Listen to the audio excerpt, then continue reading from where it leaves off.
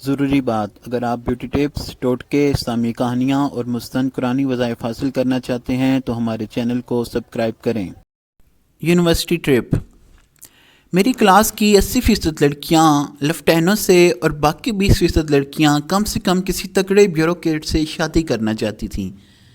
میں خاموشی سے یونیورسٹی کے 2 سال اپنی کلاس فیلو لڑکیوں کے ہر ہفتے نئے سے نئے اور امیر سے امیر گھروں سے آتے رشتوں کی کہانیاں سنتا رہتا، اور ہر بار وہ خود فریبی کا شکار لڑکیاں کلاس میں فخر سے ہم غریب لڑکوں کو سناتیں، یا پھر اپنے اپنے دل بہلانے کے لیے بآواز بلند کلاس میں بتاتیں کہ کس طرح ایک اسسٹنٹ کمشنر لڑکے کے گھر والے ان کی منتیں کرتے رہے مگر وہ نہیں مانی۔ احساس کمتری کی ان آخری حدوں کو چھوتی لڑکیوں کے پاس میں کبھی نہیں گیا، اور خاموشی سے یونیورسٹی کے 2 سال کلاس کے سب سے غریب اور خاموش لڑکے کی حیثیت سے گزار دیے۔ ہاں، اگر کسی پہ دل آیا بھی تو میری غربت میرے پیار کی راہ میں سب سے بڑی رکاوٹ بن گئی، اور جس پرانی اور کھٹارا بائک پہ میں یونیورسٹی 2 سال سے آ رہا تھا، کچھ اس کی حالت دیکھ کر بھی میرا پیار اور کسی کا اظہار ٹھنڈا پڑ جاتا۔ یہ یونیورسٹی کے آخری دن اور میرا آخری لانگ ٹرپ تھا۔ واپسی کی آخری رات سب لڑکے لڑکیاں اپنی اپنی ڈائری پر ایک دوسرے کو الوداعی آٹوگرافز دے رہے تھے۔ میری ڈائری پر ہر لڑکی نے تعزیت کی حدوں کو چھوتی ہمدردی میں میرے لیے دعا کی کہ زندگی میں مجھے اچھی جاب، اچھا گھر نصیب ہو۔ اور ہاں، جس لڑکی سے کبھی پیار کی بھیک میں دھتکارا گیا تھا، وہ لڑکی کچھ شرمندہ سی تھی۔ اس نے آٹوگراف میں لکھا کہ کاش ہمارے فیملی سٹیٹس ایک سے ہوتے تو دنیا میں کیا ممکن نہیں تھا، کاش۔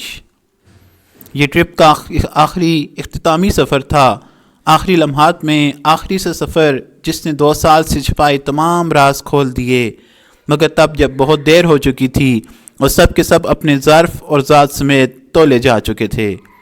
ہمارے ڈین کی اور کلاس کی تمام لڑکیوں کی بے انتہا فرمائش پر ہماری بس ایک اہم سرکاری ادارے کی وسیع و عریض عمارت کے سامنے کھڑی تھی، اور وردی میں ملبوس ایک سرکاری اہلکار مسلسل ہمارے سینئر ترین استاد کی اس بات پر بےعزتی کر رہا تھا کہ ہم یونیورسٹی کے اسٹوڈنٹ اور سٹاف اس بلڈنگ کے اندر کیسے اور کیوں کر جا سکتے ہیں۔ میں کبھی مر کر بھی نہیں چاہتا تھا کہ جو راز 2 سال تک کسی کے آگے آشکار نہیں ہوا، آج ہو جائے، مگر یہ کیا، آج سوال باپ جیسے استاد کی عزت کا تھا۔ اور پھر اسی خیال میں نے بس کی سب سے پیچھے والی سیٹ سے اس سرکاری اہلکار کو ایک بالکل مختلف لہجے، انداز اور آواز سے بلایا۔ یہ لہجہ اور آواز آج اتنی مختلف تھی کہ پوری بس نے پیچھے مڑ کر میری طرف حیرت سے دیکھا اور سوچا کہ جب اتنے سینئر لوگ کوئی بات نہیں منوا سکتے تو مجھے آخر کیا سوجی اپنی بےعزتی کروانے کی۔ قربان جائیے ان اہلکاروں پر جو شکلوں، لہجوں اور انداز کو کروڑوں میں پہچان جاتے ہیں۔ وہی بدتمیز اہلکار جب دوڑتا ہوا آیا اور بآواز بلند کہا، یس سر، میں نے آہستہ سے پوچھا کہ یہاں ایڈجانٹ صاحب کون ہیں؟